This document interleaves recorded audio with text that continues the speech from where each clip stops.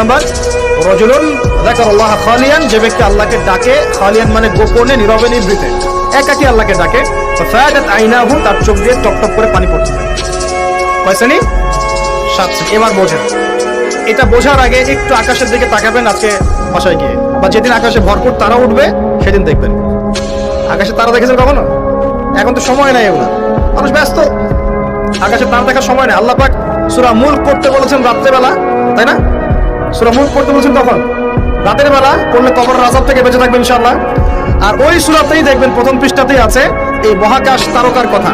আল্লাহ বলছেন তারা দেখো, তারা দেখো, তারার দিকে তাকাও, আল্লাহর সৃষ্টির দিকে তাকাও, দেখো যে তোমাদের এই আল্লাহর সৃষ্টির মধ্যে তোমরা কোনো খুঁত বের করতে পারো কিনা, দেখো, তাকাই দেখো, বারবার দৃষ্টি ফিরাও, তোমার দৃষ্টি ব্যর্থ হয়ে ফিরে আসবে। সুবহানাল্লাহ। রাতে সূরা মুলক পড়তে বলেছেন, আর তারা কখন ওঠে? আর সেই তারার কথা এই সূরাতেই আছে।